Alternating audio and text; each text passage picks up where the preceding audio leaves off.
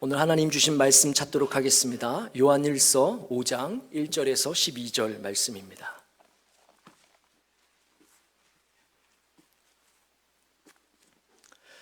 요한일서 5장 1절에서 12절 말씀 제가 봉독해 올리겠습니다. 예수께서 그리스도이심을 믿는 자마다 하나님께로부터 난 자니 또한 낳으신 이를 사랑하는 자마다 그에게서 난 자를 사랑하느니라. 우리가 하나님을 사랑하고 그의 계명들을 지킬 때에 이로써 우리가 하나님의 자녀를 사랑하는 줄을 아느니라. 하나님의 사랑하는 것은 이것이니 우리가 그의 계명들을 지키는 것이라. 그의 계명들은 무거운 것이 아니로다. 무릇 하나님께로부터 난 자마다 세상을 이기느니라. 세상을 이기는 승리는 이것이니 우리의 믿음이니라. 예수께서 하나님의 아들이심을 믿는 자가 아니면 세상을 이기는 자가 누구냐? 이는 물과 피로 임하신 이시니 곧 예수 그리스도시라. 물로만 아니요 물과 피로 임하셨고 증언하는 이는 성령이시니 성령은 진리니라. 증언하는 이가 셋이니 성령과 물과 피라. 또한 이 셋은 합하여 하나이니라. 만일 우리가 사람들의 증언을 받을진대 하나님의 증거는 더욱 크도다. 하나님의 증거는 이것이니 그의 아들에 대하여 증언하신 것이니라. 하나님의 아들을 믿는 자는 자기 안에 증거가 있고 하나님을 믿지 아니하는 자는 하나님을 거짓말하는 자로 만드나니 이는 하나님께서 그 아들에 대하여 증언하신 증거를 믿지 아니하였습니다. 또 증거는 이것이니 하나님이 우리에게 영생을 주신 것과 이 생명이 그의 아들 안에 있는 그것이니라. 아들이 있는 자에게는 생명이 있고 하나님의 아들이 없는 자에게는 생명이 없느니라. 아멘. 주의 사랑으로 사랑합니다, 여러분. 사랑한다고 고백하는데 이렇게 당황하게 만드시네. 가끔 와야 신선함이 있는데 금방 또 와서 이렇게 그런 것 같습니다. 그렇지만 여러분들 기대하는 바가 있으니까 제가 그냥 넘어갈 수 없어서 오늘 준비한 것이 있습니다. 혹시 보셨는지 모르겠는데요. 받침 하나를 빼니까 세상이 달라집니다. 임명제처, 사람의 운명은 아내에게 달려있다. 지인인사 대처명, 최선을 다한 후 아내의 명령을 기다려라. 지성이면 감처, 정성을 다하면 아내도 감동한다. 처하 태평, 아내 밑에 있을 때 모든 것이 변하다. 사필 귀처, 중요한 결정은 결국 아내의 뜻에 따르게 된다. 성경 다음으로 참 우리의 삶에 중요한, 저도 30대까지만 해도 별로 공감도 안 되고 인정을 안 했는데 40이 넘어가면서부터는 자연스럽게 이렇게 따를 수밖에 없는, 그래서 아마 자존심이 좀 덜 상하라고 40대들이 만든 말이 지는 게 이기는 거다, 뭐 이런 말을 만든 게 아닌가. 예전에는 우스갯소리로 성부, 성자, 성령 삼위 하나님 다음에 사위 하나님을 마눌님이라고 했는데요, 요즘은 그것도 업그레이드가 돼서 성처라고 그렇게 얘기합니다. 사위는 삼위 하나님과 다른 점이, 삼위 하나님은 성경을 통해서 말씀하시고 세미하게 음성을 들려주시는데 이 사위는 엄청 크고 정확하게 귀에다 갖다 대고 또 무한 반복으로 말씀하시는 그런 특징이 있습니다. 여러분 백종원 씨 아시는지 모르겠습니다. 한국에서는 뭐 대통령 다음으로 유명하다고 할 수 있는데요, 그분은 교회로 치면은 완전 부흥사잖아요. 부흥사. 장사 안 되는 골목에 찾아가서 이분이 왔다 가면 다시 골목 상권이 회복이 되는, 부흥이 되는 그런 분인데, 이분이 장사 안 되는 식당을 찾아가서 꼭 확인하고 점검하는 게 무엇입니까? 주방의 위생 상태, 정리정돈, 그것을 꼭 확인하는 것을 볼 수가 있습니다. 왜냐하면 그게 음식 장사의 가장 기본인데 그것 제대로 안 하고 못하면서 음식을 만든다는 것은 음식 맛도 보나마나 뻔하다는 그런 결론을 보게 되어지는 것이죠. 저는 오늘 이 시간이 어쩌면 여러분들과의 마지막 말씀을 나누는 시간이라 생각을 하면서, 그렇다면 꼭 나눠야 할 말씀이 무엇인가 생각을 하다가 우리 신앙에 있어서 가장 중요하고 기본이 되는, 뼈대가 되어지는 내용, 어쩌면 너무 당연하고 오랫동안 우리가 많이 고백하고 알고 있는 내용이라서 감동이 덜할지 모르지만, 그러나 이 속에 내재된 감추인 그 깊이와 그 의미를 우리가 충분히 또 어쩌면 깨닫지 못하고 쉽게 고백할 수 있는 부분이기 때문에 오늘 예수가 그리스도이심에 대해서 나누려고 합니다. 이걸 제대로 알고 믿어야 신앙생활을 건강하게 할 수 있고, 이것에 대한 확신이 없는 상태에서는 여러분 수십 년 교회를 다녀도 늘 마음 한구석에는 불안하고 건강하게 신앙이 잘 자라지 않기 때문에 오늘 제가 생각하는 우리 신앙에 있어서 가장 중요한 마지막으로 나눠야 할 내용이 있다면 꼭 나누고 싶은 이 내용을 오늘 나누려고 합니다. 지난번에 요한일서 4장에서는 형제를 사랑하는 것에 대해서 사도가 말씀을 기록하면서 형제를 사랑하는 것이야말로 진짜 하나님을 사랑하는 것이고 하나님께 속한 자임을 나타내는, 그래서 우리의 신앙이 진짜인지 가짜인지를 나타내는 구별하는 시금석이 된다고 했는데, 형제 사랑은 우리 신앙의 열매, 결과로 반드시 드러나야 하는 것이라면 오늘 우리가 나누고자 하는 예수가 그리스도이라는 이 내용은 우리가 믿고 있는 신앙의 내용, 우리가 무엇을 믿어야 하는지에 대한 가장 결론, 요약이라고 할 수 있는 것이죠. 그래서 요한 1서에서는 크게 두 가지, 형제를 사랑하는 것과 예수가 그리스도이심을 가장 강조하고 있는데, 왜 그럴 수밖에 없었는지 그 당시 시대적 배경을 우리가 살펴보면 충분히 이해할 수가 있습니다. 요한복음 1장에 보면요, 세례 요한이 등장했을 때 엄청난 반향을 일으킵니다. 당시의 종교 지도자들의 최대 관심사는 세례 요한이 누구인가? 요한이 그리스도인가? 아닌가? 이것이 그들의 최대 관심사였습니다. 왜냐하면 자기들이 보기에도 이제까지도 많은 선지자라고 하고 랍비들이 많이 나타났는데 지금까지 나타난 사람들과는 급이 다른, 자기들이 봐도 레벨류가 다르다는 것을 느꼈기 때문에 이 세례 요한의 정체에 대해서 조사를 하기 위해서 조사관들을 보냈습니다. 유대인들이 예루살렘에서 제사장들과 레위인들을 요한에게 보내어 네가 누구냐 물을 때에 요한의 증언이 이러하니라. 요한이 드러내어 말하고 숨기지 아니하니, 드러내어 하는 말이 나는 그리스도가 아니라 한데, 또 묻되 그러면 누구냐? 네가 엘리야냐? 이르되 나는 아니라. 또 묻되 네가 그 선지자냐? 대답하되 아니라. 또 묻되 누구냐? 요한은 아니라고 하는데 계속해서 누구냐 묻습니다. 마치 사정 시리즈를 보는 것 같은, 아니라고 하는데 계속 너 누구냐. 반면에 예수님은 자기가 메시아요 그리스도이심을 밝히셨습니다. 요한복음 4장에 보면 수가성 여인과의 그 대화 마지막 결론에 보면 여자가 이르되 메시아 곧 그리스도라 하는 이가 오실 줄을 내가 아노니 그가 오시면 모든 것을 우리에게 알려주시리이다. 이렇게 얘기했을 때 예수께서 이르시되 내게 말하는 내가 그라. 비약을 아니고 내가 그라. 내가 그라 말씀하십니다. 사역을 마치실 때쯤에 재판을 받으실 때도 대제사장이 이르되 내가 너로 살아계신 하나님께 맹세하게 하노니 네가 하나님의 아들 그리스도인지 우리에게 말하라. 예수께서 이르시되 네가 말하였느니라. 예수님은 한 번도 자신이 메시아 그리스도인심을 부인하지 않으셨습니다. 그만큼 예수를 믿는 것도 중요하지만 그러나 그보다 더 중요한 것은 예수가 누구인지를 알고 믿는 것이 더 중요하다는 것이죠. 왜냐하면 예수님이 부활 승천하신 이후에 그 다음에 사도들이 이제 예수님을 증거하다가 사도들도 시간이 지나면서 한 명씩 죽고, 그 다음에는 이제 2세대들이 직접 예수님을 보지 못한 2세대들이 이제 복음을 전하게 됐는데, 그때쯤 되면서 예수님의 사역과 말씀에 대한 많은 잘못된 정보들, 흔히 말하는 가짜 뉴스들이 그 시대에도 판을 치게 된 것이죠.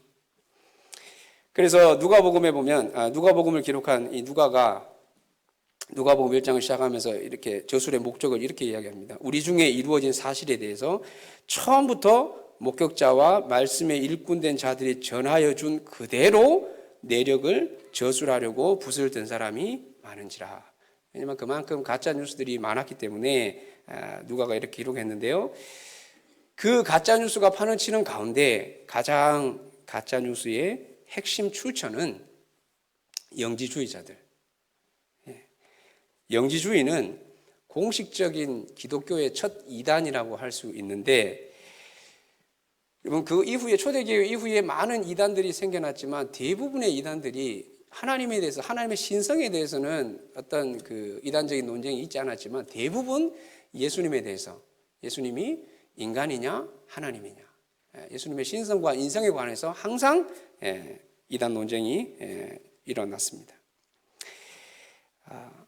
영지주의자들의 사상은 무엇이냐 하면, 예수님이 공생의 사역을 시작하실 때 세례 요한에게 세례를 받으셨는데, 그때부터 그 전까지는 그냥 우리와 똑같은 인간 예수이다가 세례 요한에게 세례를 받으실 때 하늘이 열리고 성령이 비둘같이 임하시는, 그러면서 그때부터 예수가 그리스도가 되어서 사역을 시작하시고, 마지막 십자가 지시기 전에 세례 받을 때 임하셨던 그 그리스도의 영이 떠나가셨다는 것이죠. 왜냐하면 하나님이 인간이 만든 그 십자가의 죽음을 당할 수 없다고 생각하기 때문에 그 그리스도의 영이 떠나가고 다시 인간 예수로 십자가에 죽었다는 것이죠. 그래서 우리의 구원은 인간 예수의 죽음이 우리를 구원해 주는 것이 아니고, 예수의 죽음이 우리의 구원과는 상관없고, 자기들이 생각하는 영적인 지식, 특별한 지식을 알고 그것을 믿어야만 우리의 영혼이 구원을 받게 된다는 것이죠. 그러다 보니까 그 영지주의자들의 사상에 기초한, 그 신앙에 기초한 신앙생활의 모습은 어떻겠습니까? 쉽게 말하면 믿기만 하면 되니까, 특별한 그 지식만 알고 믿으면 되니까 우리의 현실의 삶은, 육체는 영혼의 구원과는 아무 상관이 없기 때문에 우리 마음이, 우리 육신이 원하는 대로 즐기면서 세상을 살아도 구원에는 아무런 영향을 끼치지 않는다는 것이죠. 그럼 이것이 얼마나 참 편하고 합리적이고 인간적인 사상입니까? 누가 들어도 참 혹할 만한. 그래서 오늘날 영지주의 이단은 없지만 이런 비슷한 마인드를 가지고 신앙생활하는 성도들이 점점 더 늘어나게 되어지는 것이죠. 편하게 신앙생활을 하고 내가 만족하는 기준에서 적당하게 신앙생활을 하는 것으로, 어쩌면 그런 기본적인 사상이 다 이 첫 번째 이단이었던 영지주의 사상에서부터 흘러나온 것임을 알 수가 있습니다. 그래서 사복음서 중에서 예수님의 신성에 관해서 가장 강조한 성경이 바로 사도 요한이 기록한 요한복음이고, 요한 1서에서도 마찬가지 예수님의 신성을 강조하고 있습니다. 왜냐하면 사도들 중에 가장 오래 늦게까지 살아남은 사람이 이 사도 요한이었기 때문에, 사도 요한은 시간이 갈수록 이 영지주의 이단의 사상들이 교회 안에, 성도들 안에 퍼져가는 것을 보면서 그것을 막기 위해서 적극적으로 방어하는 모습을 볼 수가 있습니다. 그래서 요한 1서와 요한 2서에만 나타나는 사도 요한의 독특한 표현이 이 영지주의자들을 적그리스도라고 정의하면서 그들을 아주 강력하게 반대하고 있는 것이죠. 그만큼 예수님과 사도들이 죽은 이후에 초대교회의 그 시간이, 역사가 지나면서 이 영지주의 이단의 사상들이 엄청나게 퍼져나간 것을 볼 수가 있는 것이죠. 여러분, 요즘은 우리의 신앙, 우리의 믿음 자체에 대한 지식이나 관심보다는 기독교라는 종교 생활과 또 우리의 마음을 위로하고 편안하게 해주는 것에 초점을 맞추는 것이 대세인 것처럼 유행이 되어져가는, 오늘날 영지주의라고 말하지는 않지만 비슷한 그런 흐름의 신앙 패턴이 유행하는 것을 보게 되어집니다. 그래서 히브리서 저자는, 그러므로 함께 하늘의 부르심을 받은 거룩한 형제들아, 우리가 믿는 도리의 사도이시며 대제사장이신 예수를 깊이 생각하라. 그러므로 함께 하늘의 부르심을 받은 거룩한 형제들아, 우리가 믿는 도리에 그러므로 우리에게 큰 대제사장이 계시니 승천하시니 곧 하나님의 아들 예수시라. 우리가 믿는 도리를 굳게 잡을지어다. 또 약속하신 이는 미쁘시니 우리가 믿는 도리의 소망을 움직이지 말면 굳게 잡고, 우리가 믿는 도리를 깊이 생각하고 굳게 붙들 것을 권면하고 있는 것입니다. 그렇다면 우리가 믿는 도리, 이것이 무엇인지 한번 생각해 보겠습니다.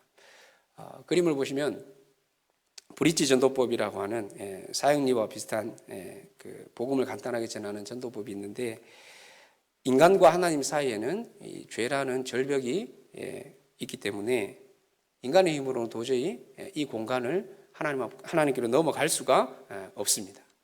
그래서 그 다음 그림을 보시면 예수님이 화목제물로 우리의 죄를 속량하셨다고 하는 이유가 바로 죄 때문에 단절된 이 공간을 예수님이 다리가 되어서 연결시켜 주시는 분이시기 때문에 다른 길은 없고 오직 예수 그리스도를 통해서만 우리는 하나님께 건너갈 수 있고 하나님과 연결이 되고 사랑할 수가 있습니다. 근데 이 다리는 이미 2000년 전에 완성이 되어졌는데, 이 다리가 우리에게 유효하기 위해서, 우리가 이 다리를 건너가기 위해서는 티켓이 필요한데, 그것이 무엇인가? 그것이 바로 믿음인 것이죠. 근데 우리가 무엇을 믿느냐? 우리가 예수님을 직접 보지 못했고 그분의 음성을 직접 듣지 못했고 십자가에 내가 직접 못 박힌 것은 아니지만, 그러나 기록된 말씀을 통해서 예수의 죽음이 나의 죄를 위한 것이고 3일 만에 부활하셔서 죽음의 권세를 이기신 그분을 믿으면 우리도 부활해서 영원한 하나님 나라에 갈 것을 믿는 믿음이 있을 때 이 다리를 우리가 건너갈 수 있는 것이죠. 그래서 우리가 믿으면 구원을 받고 영생을 얻는다고 하는 이유가, 믿음이 예수 그리스도라는 다리를, 하나님과 우리를 연결시켜주는, 작동하게 하는 열쇠와 같은 것이기 때문에 그렇습니다. 그래서 이 믿음의 구체적인 내용에 대해서 사도 요한이 요한 1서를 통해서 계속해서 강조하는 내용이 2장 22절에 보면, 거짓말하는 자가 누구냐? 예수께서 그리스도이심을 부인하는 자가 아니냐. 4장 2절에도 예수 그리스도께서 육체로 오신 것을 시인하는 영마다 하나님께 속한 것이요. 15절에도 누구든지 예수를 하나님의 아들이라 시인하면 하나님이 그의 안에 거하시고, 5장 1절에도 예수께서 그리스도이심을 믿는 자마다 하나님께로부터 난 자니, 5절에도 예수께서 하나님의 아들이심을 믿는 자가 아니면 세상을 이기는 자가 누구냐. 계속해서 한 가지 내용을 강조하고 있습니다. 한마디로 예수는 하나님의 아들이자 예수는 그리스도라는 것이죠. 이것이 믿음의 가장 핵심이 되는 내용이었습니다. 더 쉽게 표현하자면 예수를 물론 우리가 믿지만 누구인지를 알고 믿어야 한다는 것이죠. 이것은 예수님이 제자들에게 가르쳐 주신 내용이기도 합니다. 왜냐하면 예수님께서 공생에 마칠 때쯤에 제자들에게 졸업 논문처럼 마지막 과제를 내주신 것이 있습니다. 그게 무엇인가 하면, 사람들이 나를 누구라고 하느냐. 내가 이제까지 사역하면서 많은 이적을 행하고 말씀을 전하고 했는데 사람들이 나를 누구라고 하느냐 물으셨을 때 세례요한, 엘리야 여러 이렇게 선지자라고 대답한 다음에 예수님이 그 다음에 본론을 물으시죠. 제자들에게 그렇다면 너희는 나를 누구라고 생각하느냐? 사람들의 말 말고 너희는 나를 누구라고 생각하느냐 물으셨을 때 베드로가 수제자답게 아주 100점짜리 A+ 대답을 합니다. 같이 한번 대답해 볼까요? 이건 자막이 없습니다. 우리도 같이 고백해야 돼요. 시작. 주는 그리스도시요 살아계신 하나님의 아들이시니다. 성경에 예수님이 슬퍼하고 우시고 화내시는 장면은 있지만 이렇게 막 웃고 기뻐하시는 모습은 나오지 않는데, 이 본문에서도 물론 그렇게 기록하지는 않았지만 속으로 아마 예수님이 엄청 기뻐하셨던 것 같아요. 그래서 베드로의 이 고백 위에 내 교회를 세우겠다 말씀하시죠. 그래서 초대교회 때 사도들이 복음을 전한 내용도 다른 것이 아니었습니다. 그들 모두가 다 예수는 하나님의 아들, 예수는 그리스도, 이것이었습니다. 성경을 한번 찾아볼까요? 사도행전 5장에 보면 그들이 날마다 성전에 있든지 집에 있든지 다 같이 예수는 그리스도라고 가르치기와 전도하기를 그치지 아니하니라. 사도 바울도 마찬가지였습니다. 사도행전 9장에 바울이 스데반을 죽이고 난 다음에 이제 다메섹에 성도들 잡으러 가다가 예수님을 만났는데 그 변화된 바울이 처음 전한 메시지도 9장 20절 말씀 시작. 즉시로 각 회당에서 예수가 하나님의 아들이심을 전파하니. 여러분 다른 사람도 아니고 바울이 예수님을 하나님의 아들이라고 하니까 사람들이 믿지를 않았습니다. 그러자 바울은 사울은 힘을 더 얻어 예수를 그리스도라 증언하여 다메섹에 사는 유대인들을 당혹하게 하니라. 바울이 예수가 그리스도라고 얘기하니까 같은 유대인들이 당황할 수밖에 없는 것이죠. 그 뒤로도 마찬가지였습니다. 바울이 3차의 전도여행을 가면서 다니는 곳마다 다른 것이 아니라 똑같은 메시지를 전했습니다. 바울이 하나님의 말씀에 붙잡혀 유대인들에게 예수는 그리스도라 밝히 증언하니 28절에도 이는 성경으로서 예수는 그리스도라고 증언하여 공중 앞에서 힘있게 유대인의 말을 이기미르라. 이것이 바울이 전한 복음의 핵심이었습니다. 그래서 바울이 로마서 1장에 복음이 무엇인가를 설명하면서 이렇게 기록하고 있죠. 같이 한번 읽어볼까요? 시작. 이 복음은 하나님이 선지자들을 통하여 그의 아들에 관하여 성경에 미리 약속하신 것이라. 그의 아들에 관하여 말하면 육신으로는 다윗의 혈통에서 나셨고 성결의 영으로는 죽은 자들 가운데서 부활하사 능력으로 하나님의 아들로 선포되셨으니 곧 우리 주 예수 그리스도시니라. 아멘. 이것이 바울과 또 사도들이 전한 복음이고 우리가 믿는 복음의 핵심인 것이죠. 예수는 그리스도. 예수는 이름이고 그리스도는 예수님의 직분을 의미하는 말입니다. 근데 예수가 그리스도라는 말이 왜 이렇게 중요하고 복음의 핵심이 되는가? 히브리어 메시아를 헬라어로 번역하면 그리스도가 되는데 그리스도의 뜻이 기름 부음을 받은 자라는 뜻입니다. 이스라엘 사람들은 구약에서 예언된 메시아를 아주 간절히 애타게 기다리고 있었습니다. 그래서 아까 요한복음 1장에서 세례 요한에게 계속 너 누구냐, 그리스도가 아니냐 확인한 것을 볼 수 있는데 구약에서 기름 부음을 받은 사람은 3명, 왕과 선지자, 제사장이었습니다. 이스라엘 백성들은 왕을 원했는데 구약에 많은 왕들이 있지만 그 중에 온전한 왕들은 한 명도 없었습니다. 물론 바울같이 훌륭한 왕도 있었지만 그도 온전한 왕이 아니었죠. 그래서 새로운 왕, 특별히 신약시대에는 로마의 지배를 받고 있었기 때문에 로마로부터의 독립과 자기 나라를 새롭게 잘 다스릴 왕을 원했고 또한 거짓 선지자들이 늘 어느 시대나 많았기 때문에 진짜 하나님의 말씀을 전할 수 있는 선지자를 기다렸고 신약시대에도 성전에서 제사를 드리고 있었지만 그 제사장들은 자신들의 죄 문제를 해결하지 못하는 불완전한 제사장이었기 때문에 완전한 제사를 드릴 수 있는 그러한 제사장을 기다린 것입니다. 그래서 신약시대에도 이스라엘 백성들이 그야말로 기다린 그 메시아 그리스도는 왕과 선지자, 제사장의 역할을 한 번에 수행할 수 있는 그런 존재였는데 그분이 바로 예수가 그리스도라는 그 고백 속에 그 표현 속에 이 3가지 의미가 다 포함이 되어 있는 것입니다. 그래서 초대교회 때 심한 박해가 시작되었을 때 성도들이 그 지하 동굴에 숨어 있으면서 신앙을 가진 것을 티내지 않고 숨기기 위해서 자신들만의 표시, 익투스라고 하는 물고기 모양의 표시를 보셨죠, 여러분? 차 뒤에도 붙어 있는 그런 표시인데요. 제가 아는 척 좀 하겠습니다.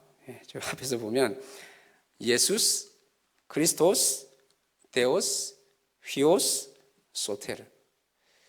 예수스는 아시겠죠? 예수스, 그리스도스. 예수는 그리스도이시고 데오스는 하나님입니다. 그리고 휴오스는 아들입니다.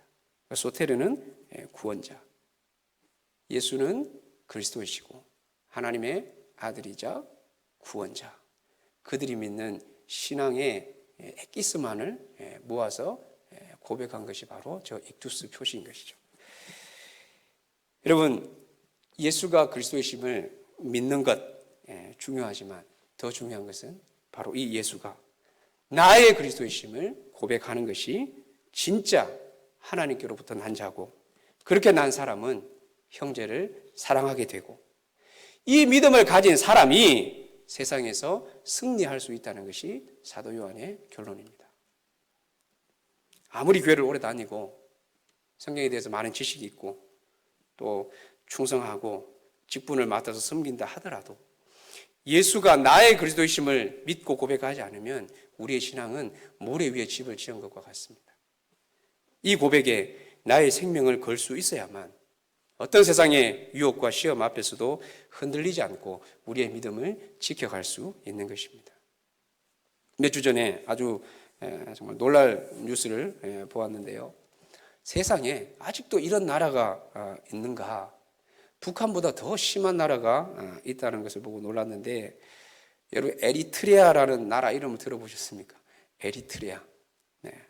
저도 처음 들어보는 나라 이름이어서 지도에 찾아보니까요, 진짜 이집트 밑에, 수단 옆에, 에티오피아 위에 보면 에리트레아라는 나라가 있습니다.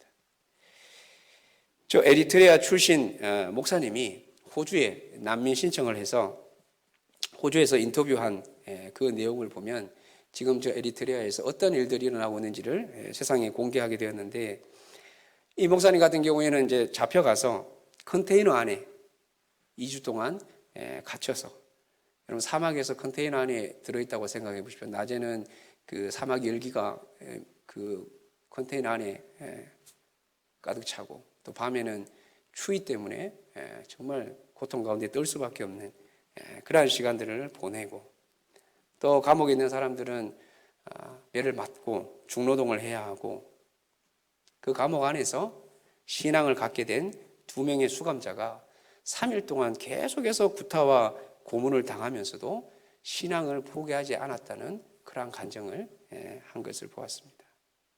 그리고 그러한 박해가 있음에도 불구하고 이 에리트레아의 교회가 성장하고 있다는 놀라운 소식을 전한 것이죠. 어떻게 이런 일이 가능할까요? 예수가 나의 주님이시요 나의 그리스도가 될 때 가능한 일인 줄 믿습니다.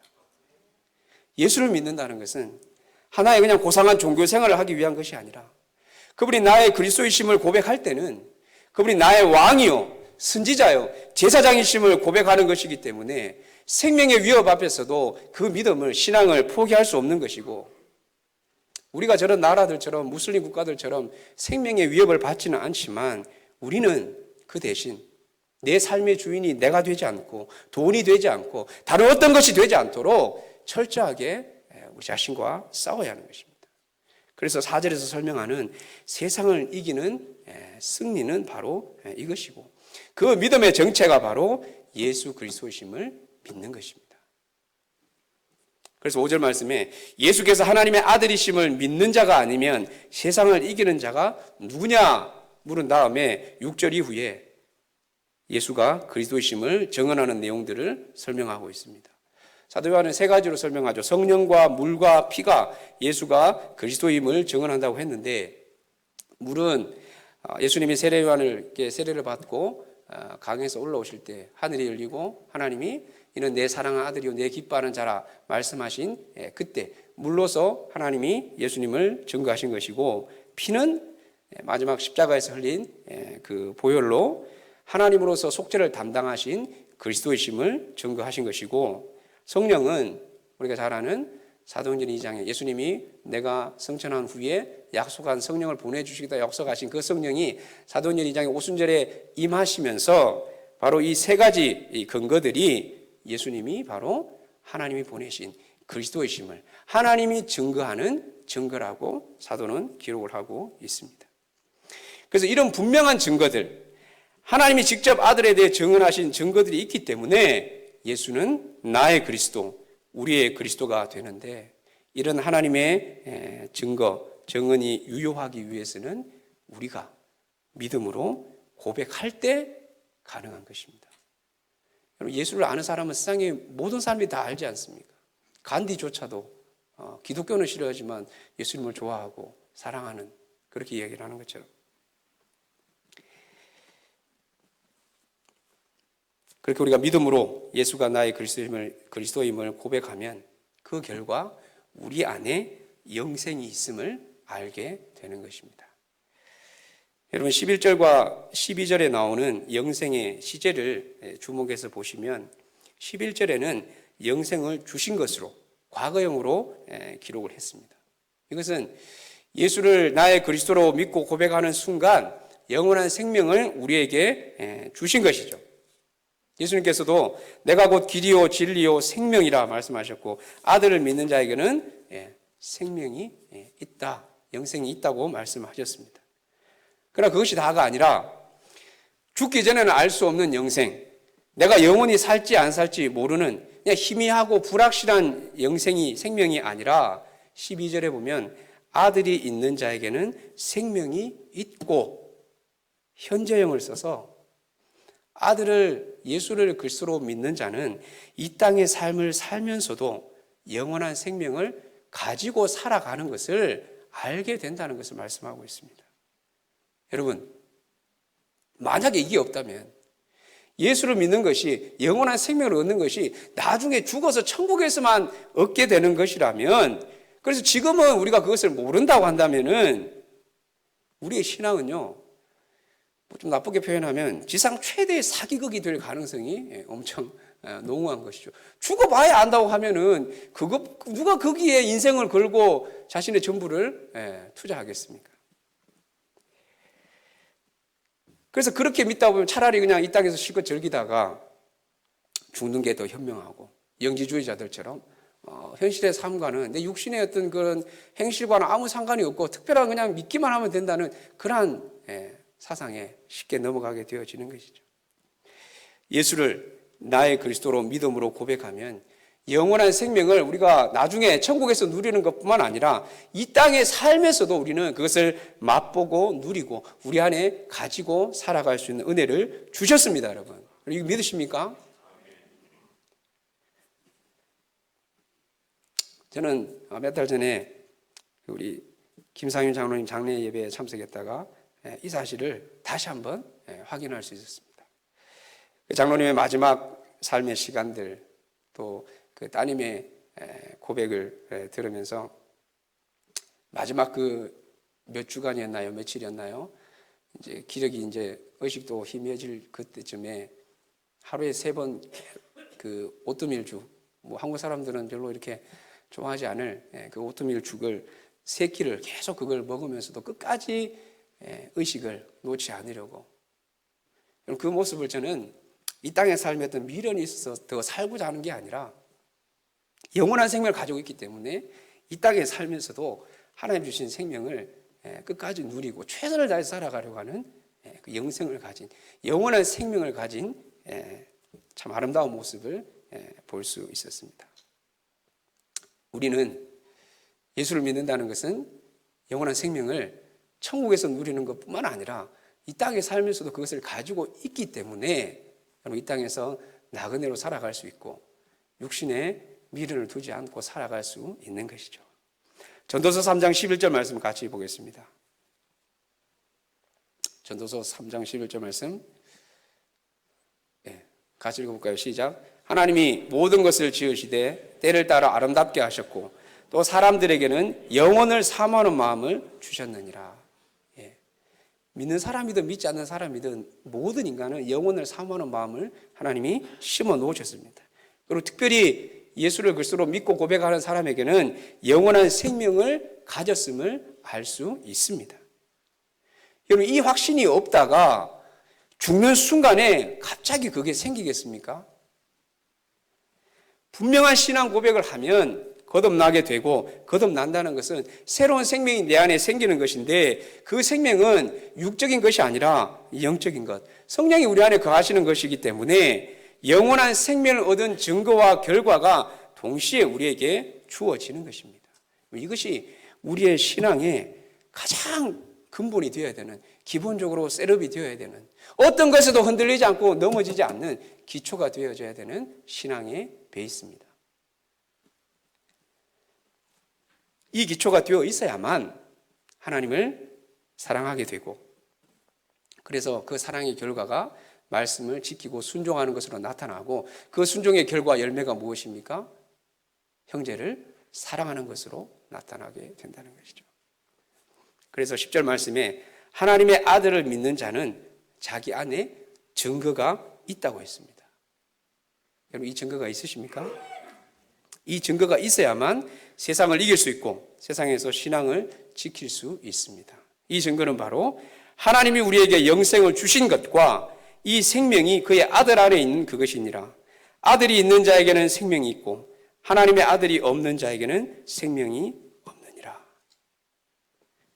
한마디로 예수는 그리스도, 그 예수가 바로 나의 그리스도이심을 믿음으로 고백할 때 이 생명이 우리에게 있습니다.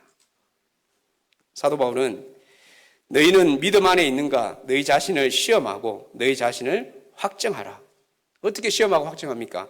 예수 그리스도께서 너희 안에 계신 줄을 너희가 스스로 알지 못하느냐? 그렇지 않으면 너희는 버림받은 자니라. 우리가 어떻게 확정할 수 있습니까? 예수를 나의 그리스도로 고백하는 것이 바로 우리가 예수 안에 있음을 확정하는 것입니다. 머리로 아는 건 누구나 다 알고 있습니다.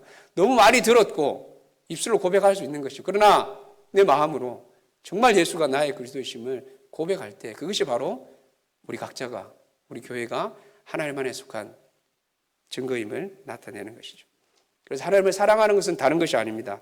예수가 그리스도이심을 믿고 고백하는 것이 하나님을 사랑하는 그 사랑의 시작이고, 그 사랑의 완성은 우리의 형제, 자매, 이웃을 사랑하는 것으로 나타나는 것입니다. 여러분, 예수를 그리스도로 믿고 고백하는 것이 우리가 워낙 많이 오랫동안 들어온 것이기 때문에 익숙하실지 모르겠지만 사진을 보여주시죠. 잘 안 보시지만 우리 교황님이 성육신 예수는 하나님이 아닌 인간이라, 이렇게 별로 놀랍지도 않은 얘기지만 저렇게 말을 하고, 그 다음 사진을 한번 보여주시죠. 이분을 TV에서 보셨나 모르겠습니다. 이분 영상을 제가 보여드리려다가 충격받으실까봐 집에 가셔서 한번 찾아보십시오. 저분이 진리의 성령이 오시면 그가 너희를 모든 진리 가운데로 인도하시리니, 요한복음 말씀을 인용하면서 자기가 그 진리의 성령이라고, 이 시대에 온 진리의 성령이라고 그렇게 얘기하는데, 그런데 문제는 그럼에도 사람들이 저기에 넘어가고 유혹을 당한다는 것이죠. 마지막 때에 불법이 성행하고 적그리스도가 나타난다고 말씀하는데, 여러분, 그냥 피상적으로 신앙생활을 하다가는 진리가 아닌 것에 쉽게 넘어가고 조그만 문제들 앞에서 우리는 넘어질 수 있습니다. 사랑하는 성도 여러분, 정말 예수를 나의 그리스도로 믿으십니까? 제 설교를 도와주기 위해서 지난 월요일 날 우리 김재열 선교사님이 페이스북에 이런 강의 그 영상을 올리셨는데, 제가 시간이 없어서 화면만 잠깐 캡처했습니다. CCC를 만드신 김준권 목사님의 유명한 백문일답이라고 하는 그 신앙 고백이 있는데, 우리 선교사님이 그것을 자주 이렇게 사용하시는데, 지난 월요일에도 그 내용을 같이 이렇게 학생들과 나누는 영상이 있었습니다. 그 질문의 내용을 보시면요, 복음이란 예수 그리스도, 나의 구원은 예수 그리스도, 보혜사 성령님은, 영원한 생명은, 왜 교회를 다니십니까? 예수 그리스도. 왜 예배를 드립니까? 왜 말씀을 보십니까? 왜 기도와 찬양을 하십니까? 결혼을 왜 하십니까? 자녀를 왜 키우십니까? 가정이 왜 행복해야 합니까? 공부를 왜 해야 합니까? 우리가 살아가면서 겪게 되는, 부딪히게 되는 모든 삶의 영역에 답은 한 가지, 예수 그리스도. 예수는 나의 그리스도, 예수는 우리의 그리스도. 이 믿음이 흔들리지 않을 때 우리 각자의 삶과 교회도 승리할 줄 믿습니다. 예수가 그리스도이심을 부인하고 예수가 그리스도이심이 나와는 상관없는 것처럼 신앙생활하는 이 시대에 우리가 꼭 알고 반드시 알고 믿음으로 고백해야 하는 한 가지. 오늘 하나님 앞에 무릎을 받는다고 할 때 다른 거 다 몰라도 우리가 한 가지만 붙들어야 될 사실, 그 진리는 바로 예수가 그리스도라는 것입니다. 그분이 나의 주님 되심이 고백되어질 때 우리는 영원한 생명을 얻고 영원한 생명을 가지고 이 땅의 삶을 살아갈 수 있습니다.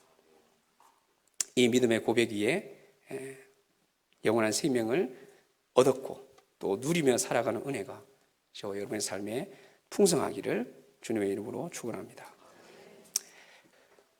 여호와는 예수가 나의 그리스도심을 고백하는 사랑하는 우리 제일장로교회 모든 성도들 한 사람 한 사람, 여러분들의 가정과 직장과 사업에 복을 주시고 여러분들을 지키시기를 원하며, 여호와는 그의 얼굴을 여러분들에게 비추사 은혜 베푸시기를 원하며, 여호와는 그 얼굴을 여러분들에게로 향하여 드사 평강 주시기를 원하노라. 아멘.